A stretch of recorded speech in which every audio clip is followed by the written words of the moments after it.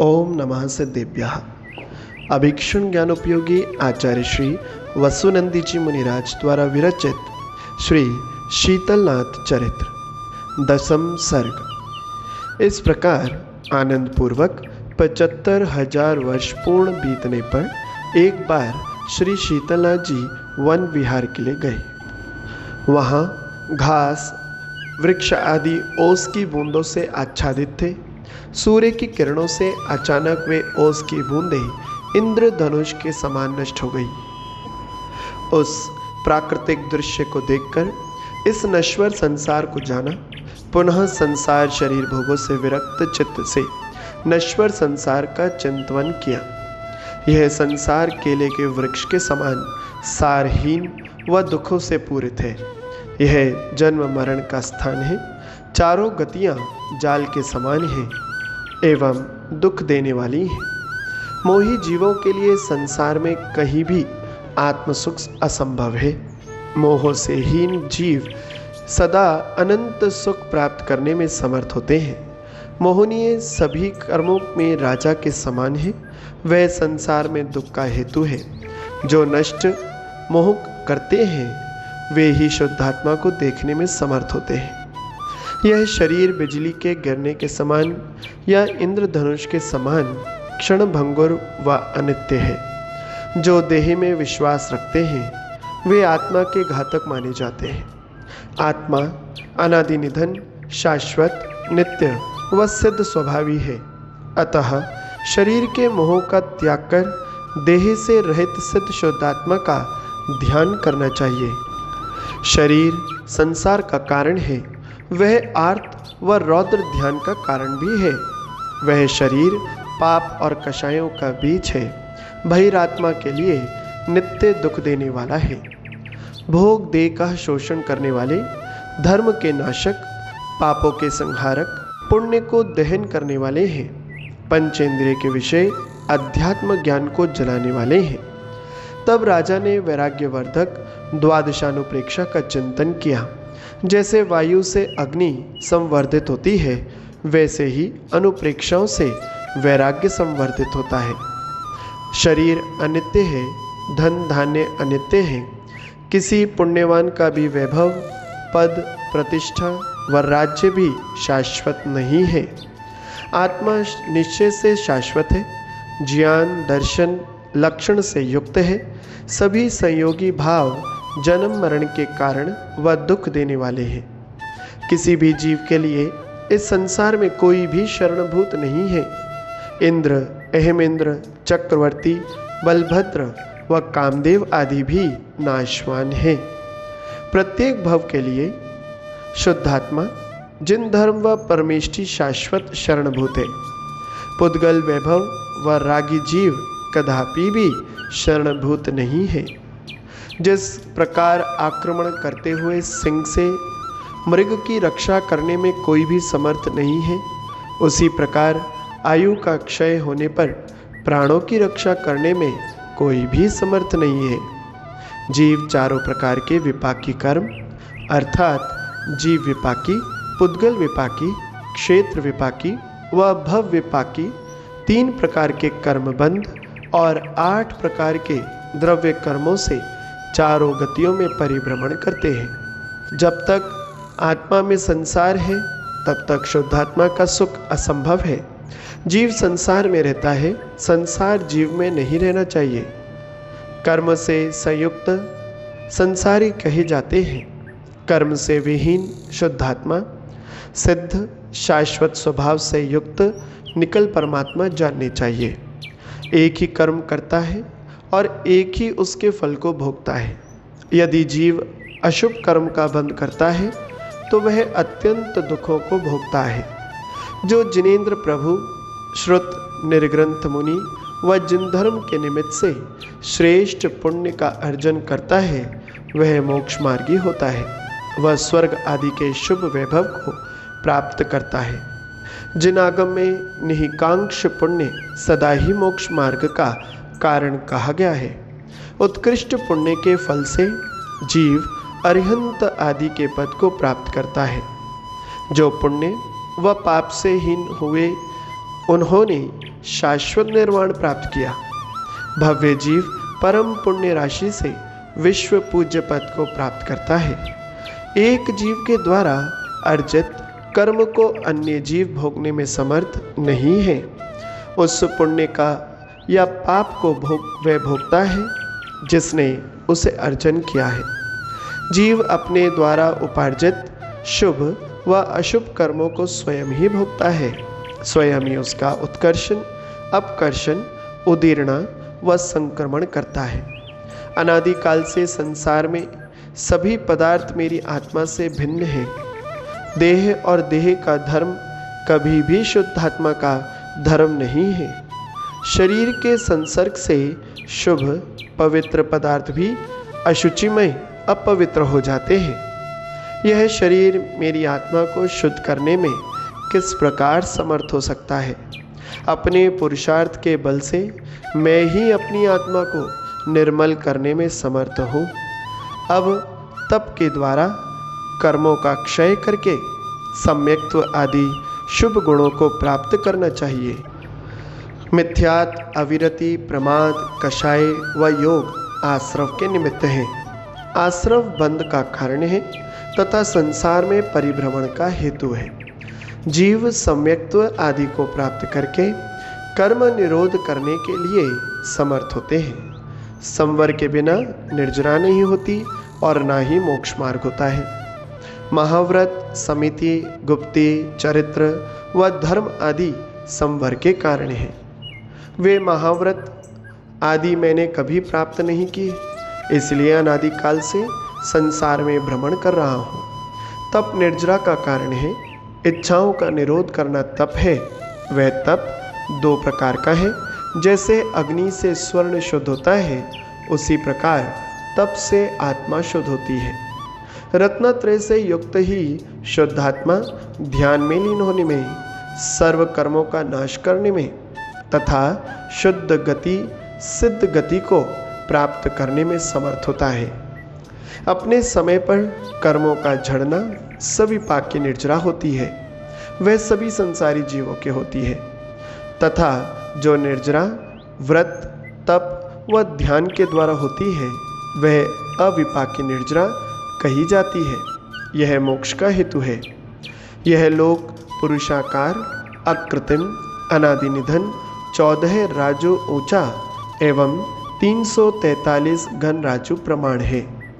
मिथ्यात्व आदि विभाव से जीव इस लोक में परिभ्रमण करता है। सम्यक दर्शन, सम्यक ज्ञान व सम्यक चारित्र की एकता ये उभय मोक्ष मार्ग है। अर्थात व्यवहार रत्नत्रय व्यवहार मोक्ष मार्ग व निश्चय रत्नत्रय निश्चय मोक्ष मार्ग है। त्रस पर्याय दुर्लभ है। संजीव पंचेंद्रिय होना दुर्लभ है। मनुष्य गति दुर्लभ है। पुनः जिन धर्म प्राप्त होना दुर्लभ है एवं जिन देव, श्रुत व साधुओं की संगति अत्यंत दुर्लभ है। तदनंतर अणुव्रत दुर्लभ है। महाव्रत प्राप्त करना दुर्लभ है। उससे बोधि अर्थात सम्यक दर्शन, सम्यक ज्ञान, सम्यक चारित्र दुर्लभ है। केवल ज्ञान आदि गुण दुर्लभ है। पुनः शुद्धात्म स्वभाव दुर्लभ है। व्यवहार व निश्चय के भेद से धर्म दो प्रकार का जानना चाहिए। प्रथम व्यवहार धर्म पुण्य का कारण, पापों का नाशक व मोक्ष मार्ग रूप है। सब कर्मों का क्षय करने में सदा निश्चय धर्म समर्थ होता है। उस धर्म को प्राप्त करके मैं सर्व कर्मों का नाश करूँगा। मेरी शुद्धात्मा का शुद्ध स्वभाव धर्म है। विभाव मेरी शुद्धात्मा का धर्म नहीं है। विभाव संसार का कारण है। स्वभाव नित्य व सिद्ध रूप है। इस प्रकार श्री शीतलनाथ जिनेन्द्र ने 12 भावनाओं का, 12 अनुप्रेक्षाओं का चिंतन किया। पुरंदर सौधर्मेंद्र ने अवधि ज्ञान के द्वारा उनकी विरक्ति को जान लिया। उसी समय इंद्रिय विषयों से विरक्त वैरागी ब्रह्मचारी जिनेन्द्र भगवान के वैराग्य की अनुमोदना करने वाले लौकांतिक देव स्वर्ग से आ गए। वे एक भवावतारी, श्रुताभ्यासी, शांत, शुभलेशा से युक्त देवर्षि पंचम ब्रह्म स्वर्ग के अंत में निवास करते हैं। 4,70,420 प्रमाण भरी वे लौकांतिक देव 24 दिशाओं में निवास करते हैं। विशेषार्थ, उन 24 कुल वाले लौकांतिक देव के 4 कुल 4 दिशाओं में, 4 कुल 4 विदिशाओं एवं प्रत्येक दिशा व विदिशा के मध्य में 2-2 कुल अर्थात 16 कुल, इस प्रकार 24 दिशाओं में 24 कुल निवास करते हैं। जिनेंद्र भगवान की पूजन करते, पुष्पांजलि छोड़ते हुए लौकांतिक देवों ने परम विशुद्धि पूर्वक भक्ति से जिनेंद्र भगवान की स्तुति आरंभ की। हे स्वामी, तप के बल से मोहों का नाश कीजिए, सर्व कर्म रूपी सेना का विजय प्राप्त कीजिए। हे धर्म तीर्थ प्रवर्तक, आप मोक्ष मार्ग प्रदर्शित कीजिए। हे प्रभु, आप धन्य हैं, स्वयं बुद्ध हैं, जो कर्म शत्रु को जीतने के लिए तत्पर हुए हैं। वैराग्य से ही वीतरागता संभव है। श्री शीतलनाथ प्रभु की स्तुति करके, उनके वैराग्य पूर्ण परिणामों का पोषण करके वे अपने निवास स्थान को चले गए। यथार्थ में वैराग्य वीतरागता का बीज है। तभी सिंहासनों के कंपायमान होने से स्वर्ग से सभी इंद्र, देव देवियाँ जय घोष व अत्यंत कोलाहल से तप कल्याण के लिए आ पहुँचे। फिर इंद्रादि देवों ने तीर्थंकर प्रभु के तप कल्याण के लिए उनका अति उत्साह से क्षीर सागर के जल से महाअभिषेक किया। पुनः देवराज इंद्र ने भगवान को दिव्य वस्त्राभूषणों से अलंकृत किया। अनंतर श्री जिनेंद्र प्रभु ने अपने श्रेष्ठ सुपुत्र के लिए राज्य प्रदान किया।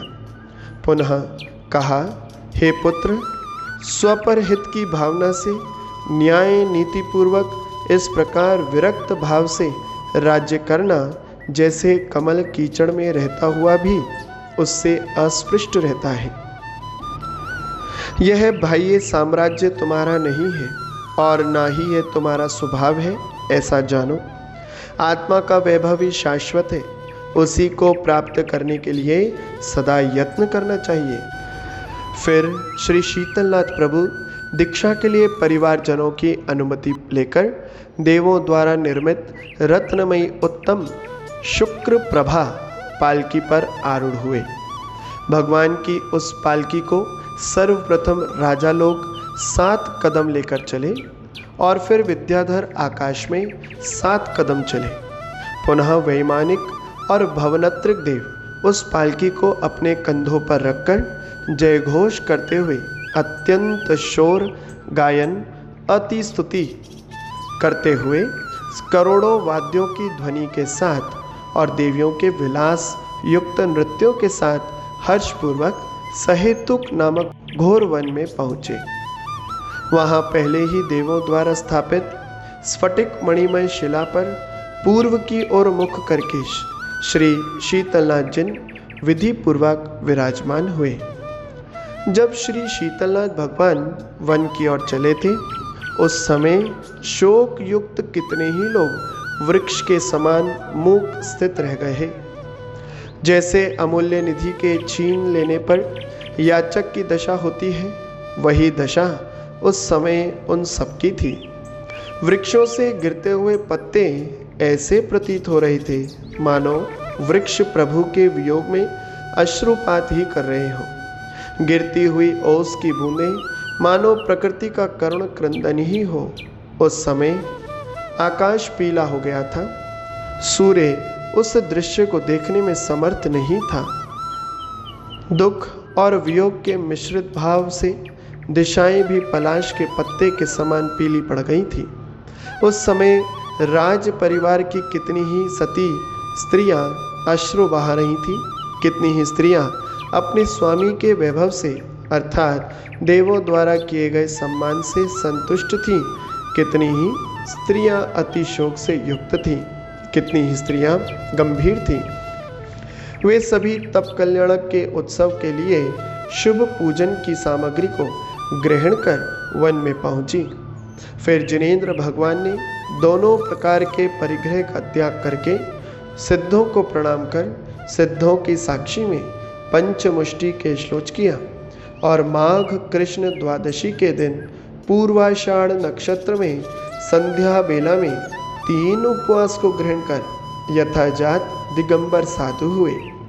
तभी मति ज्ञान, श्रुत ज्ञान, केवल अवधि ज्ञान से युक्त जिनेन्द्र प्रभु की परम विशुद्धि से उनके अति विशुद्ध मनः पर्य ज्ञान उत्पन्न हुआ। पुनः इंद्रों ने रत्न के पिटारे में श्री जिनेन्द्र भगवान के केशों को रख लिया और अत्यंत आदर सहित अति निर्मल क्षीर सागर में उन्हें डाल दिया। तब आत्मज्ञान के बल से तीर्थंकर प्रभु के सत 1000 राजाओं ने निर्ग्रंथ यथाजात दीक्षा को ग्रहण किया। पुनः सभी भक्ति से जनार्चना करके तब कल्याण की वार्ता करते हुए अपने अपने निवास स्थान पर वापस लौट गए। श्री शीतलनाथ जिनेन्द्र ने आज तक स्वर्ग से लाए हुए वस्त्राभूषण और देवों द्वारा दिए गए भोजन को ही ग्रहण किया था। तब सब कुछ त्याग कर योग के पूर्ण होने पर प्रथम बार महामुनि ने आहारचर्या के निमित्त समत्त भाव से पृथ्वीलोक पर शुभ वृत्ति परिसंख्यान तप के साथ अरिष्ट नगर की ओर विहार किया, जहाँ का राजा उस समय पुनर्वसु था। उस सरल सहज शुभ कोमल भावों से युक्त राजा ने नवदा भक्ति और श्रद्धा आदि 7 गुणों के साथ उन श्री शीतलनाथ भगवान को आहार दान दिया। पड़गाहन, उच्चासन, पाद प्रक्षालन, पूजन, प्रणाम, मन शुद्धि, वचन शुद्धि और काय शुद्धि ये नवदा भक्ति है। श्रद्धा, भक्ति, तुष्टि, अलुब्धता, सत्व, क्षमा और विवेक ये दाता के 7 गुण संसार रूपी समुद्र का शोषण करने वाले हैं। जो संसार रूपी सागर से बाहर निकलने के लिए समर्थ आलंबन है, उन जगत के स्वामी को क्षीरान्न का आहार राजा ने दिया। फिर आहार के पूर्ण होने पर अनुमोदना करते हुए स्वर्ग के देवों ने रत्नों की वर्षा आरंभ की। पारणा के दिन आकाश से उत्कृष्ट से 12.5 करोड़ रत्नों की तथा जगन्य से उसके 1000वें भाग रत्नों की वृष्टि होती है। रत्न वृष्टि के साथ पुष्पों की वृष्टि, वाद्य यंत्रों का कोलाहल, जय जय घोष और मंद सुगंधित वायु का संचार हुआ। तभी अहो दाता, अहो उत्तम पाद, अहो दान इस प्रकार पुष्पांजलि छोड़ते हुए देवों ने उच्चरित किया। छद्मस्तों के द्वारा आहार दान की महिमा अवक्तव्य है। उसका अनुमोदक भी मोक्ष के कारणभूत अतिशय पुण्य को प्राप्त करता है। अनंतर सघन मन में जाकर कर्म कलंक के नाश के लिए उत्कृष्ट आतापन आदि योग व उत्कृष्ट तप धारण किया। 34 उत्तर गुणों से युक्त मुनि ने अनवरत मौन से 5 महाव्रत, 5 समिति व 3 गुप्तियों का पालन किया। वे जिन कल्पी मुनिराज वर्षा काल के वृक्ष के नीचे, शीत काल में नदी के किनारे और ग्रीष्म काल में पर्वत के शिखर पर ध्यान किया करते थे। मोहराज के क्षय करने में तत्पर यदि दोनों प्रकार के संयम का पालन करते हुए परम विशुद्धि से शपक श्रेणी पर आरूढ़ हुए। उन महायोगी के दोनों यानी इंद्रिय व प्राणी संयम कवच के समान थे। निज गुण रूपी प्रजा की रक्षा के लिए शुभ ध्यान अस्त्र के समान था। वे निरंतर सम्यक ज्ञान के द्वारा अति समर्थ विशुद्धि के रथ पर आरूढ़ होते हुए राजा राग द्वेष रूप शत्रुओं को जीतने में रत थे। तीर्थंकर नाम प्रकृति के सत्ता में होने पर जिन श्री शीतलनाथ भगवान के गर्भ, जन्म व तप ये 3 शुभ उत्सव कल्याणक हुए, वे श्री शीतलनाथ भगवान मुझे सदा शीतलता प्रदान करें। इस प्रकार अभीक्षण ज्ञानोपयोगी आचार्य श्री वसुनंदी जी मुनिराज द्वारा विरचित श्री शीतलनाथ चरित्र नामक महाकाव्य में श्री शीतलनाथ स्वामी के तप कल्याणक व आहार दान का वर्णन करने वाला दशम सर्ग पूर्ण हुआ। ओम नमः।